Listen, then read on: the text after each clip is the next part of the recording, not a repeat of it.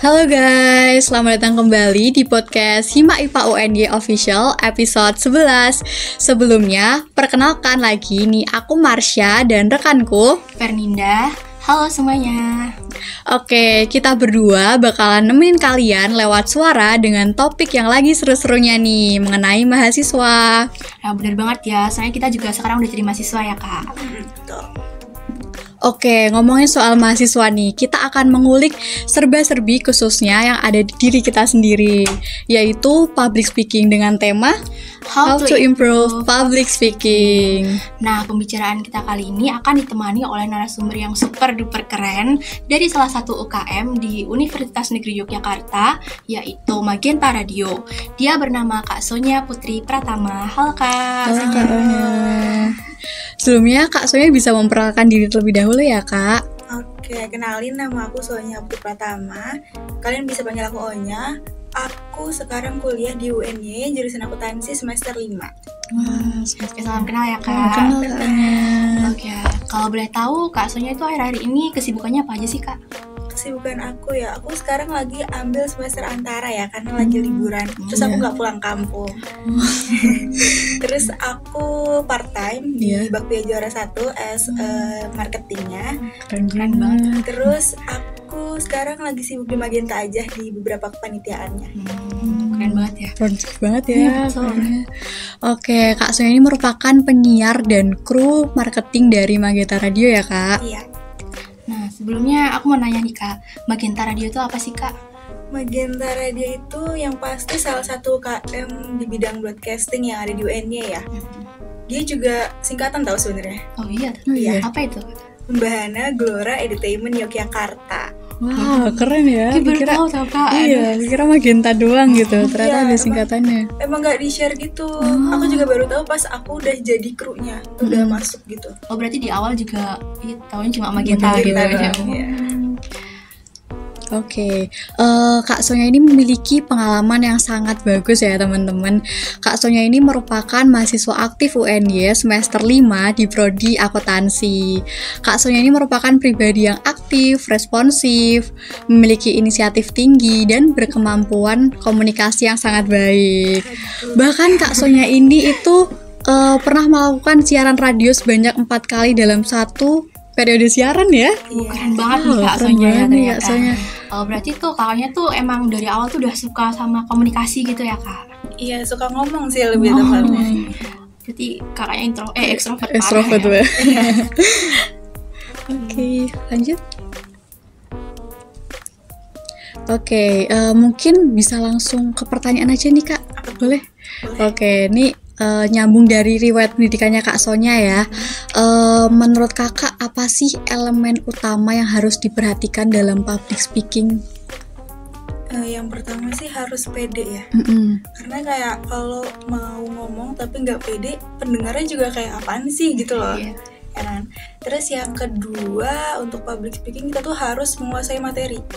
Sebenarnya ini menurutku ini faktor utama banget sih, karena kalau misalkan kita ngomong tapi kita nggak tahu dia mau ngomong apa, kan jadi kayak orang ngedengernya mau ngapain sih gitu Apaan loh. sih ya? Kan? Freak banget loh. Itu aja sih. Mungkin dari aku baru itu yang faktor pentingnya. Ya, tapi itu emang bener-bener yang harus kita miliki banget gak sih kalau itu. Oke, mungkin kita mau masuk ke Magenta sedikit ya. Gimana sih Kak awal mula berdirinya Magenta itu? Awal mula Magenta tuh ada sekitar tahun 93 kalau nggak salah. 93 atau 98, dan itu tuh dari teknik elektronika apa ya yang ada di UNY itu. Elektronika mungkin. Apa tuh? Elektro ya. Pokoknya itu tadinya tuh bukan UKM. Terus baru berdiri sendiri tahun 2000, dan baru berjalan organisasinya tuh sekitar 2001 di bulan Juli.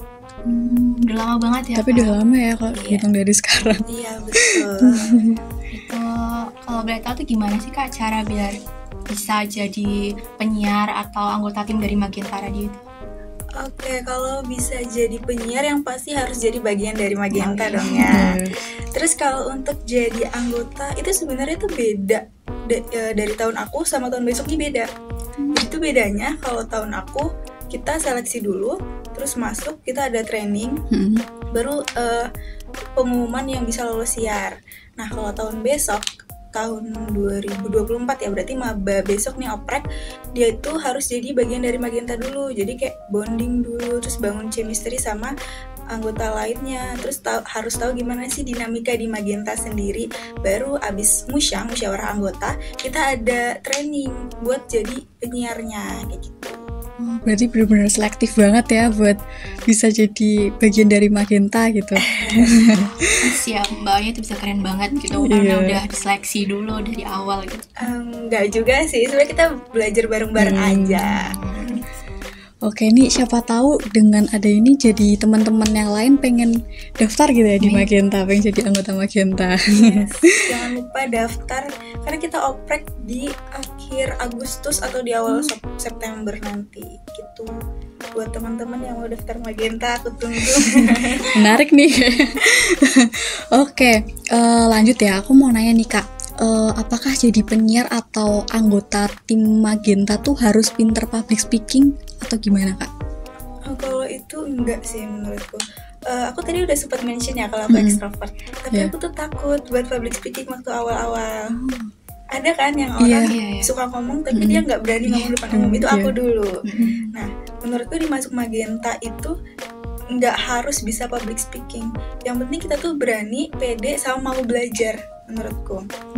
Ya nanti pas masuk itu pasti diajarin kok gimana cara ngomong, terus gimana sih cara ngatur emosi pada saat siaran.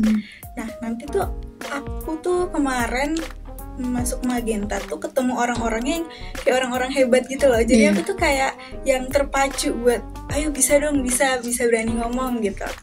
Kayaknya dulu aku diundang ke sini, kalau aku yang dulu kayaknya aku nggak bakal berani juga. Berarti di Magenta tuh bawa perubahan yang besar banget gitu ya? Iya buat aku. Berproses bersama Magenta ya Kak. Betul.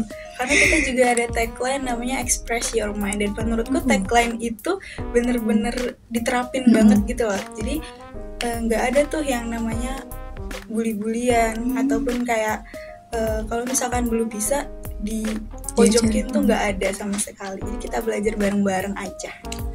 Keren banget tuh Magenta. Seru banget ya Kak kayaknya masuk Magenta. Aku juga sebenarnya tuh pengen banget gitu masuk Magenta, tapi tuh Kak kalau ngomong tuh kayak masih gugup banget gitu kalau di depan umum. Itu tuh gimana sih Kak caranya biar kita tuh nggak gugup nggak cemas gitu, cara ngatasinnya tuh gimana sih kalau ngomong di depan umum? Gimana ya, sebenarnya kalau misalkan mau ngomong apalagi baru pertama kali tuh pasti gugup atau cemas tuh wajar banget ya. Cuma kita tuh harus mengesampingkan mindset kalau misalkan ngomong tuh harus bener.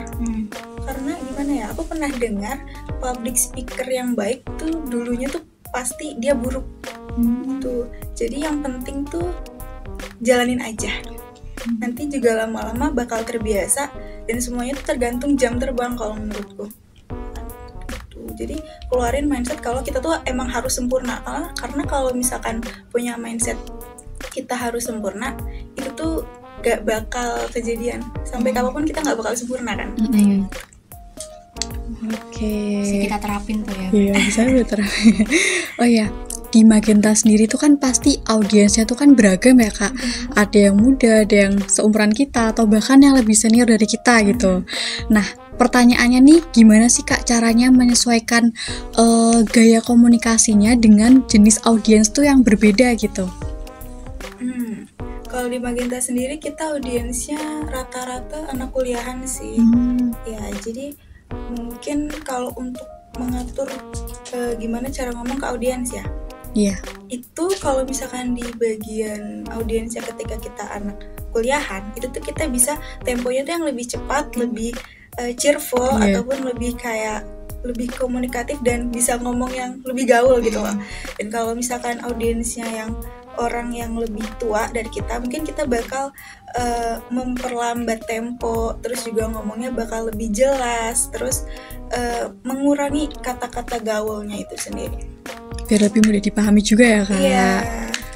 Oke, kalau ngomong-ngomong tentang audiens nih Kak, itu gimana sih Kak caranya buat menjaga interaksi dan keterlibatan audiens itu apalagi siaran gitu? Yang pasti kita tuh harus update sih. update kayak apa berita terkini, terus apa yang lagi booming, lagi tren. Terus juga harus mengesampingkan emosi kita pada saat itu. Jadi minusnya, susahnya jadi penyiar tuh kalau misalkan kita tuh harus tetap menyapa bala muda, menyapa orang-orang, tapi suasana hati kita lagi buruk. Nah itu. Oke, mungkin lanjut aja ya Kak. Peran Magenta Radio dalam mendukung kegiatan akademik maupun non-akademik di UNY sendiri tuh gimana sih Kak? Baik banget perannya. Kalau misalkan non-akademik itu kita kan ada lomba-lomba gitu. Nah kalau misalkan kita mau ikut lomba nih, kayak kemarin aku tuh sempet ikut lomba kepenyiaran gitu nasional. Nah itu tuh untuk pendaftarannya kita dibayarin dari Magentanya. Nah yaudah kita lomba aja. Ketika kita mau final, kemarin aku final di Semarang. Nah itu mau dimintain dana untuk transportnya segala, dana itu ya udah kita berangkat aja, yang penting tuh mau belajar. Terus untuk akademiknya kita juga ada kayak apa sih PKM ya, PKM, PKKO itu juga kita didampingi dari atasan. Kalau misalkan mau ikut ngomong aja, itu bakal didampingi semuanya. Benar-benar support banget ya. Berarti itu buat ini ya, anggota-anggota Magentanya gitu. Iya. Enak ya berarti jadi anggota Magenta. Kayak Kak, aku mau nanya lagi nih, gimana sih cara Magenta Radio tuh untuk menyesuaikan program-programnya dengan minat dan apa sih, dengan minat pembicaranya, minat mendengarnya gitu. Itu kita tuh ada PD namanya Program Director.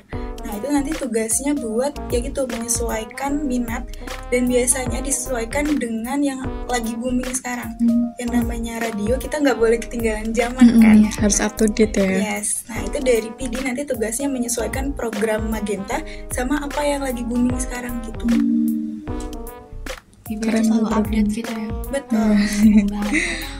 Oh ya, ngomong soal penyiar ya Kak, pernah ada salah ngomong gak sih Kak waktu lagi siaran gitu?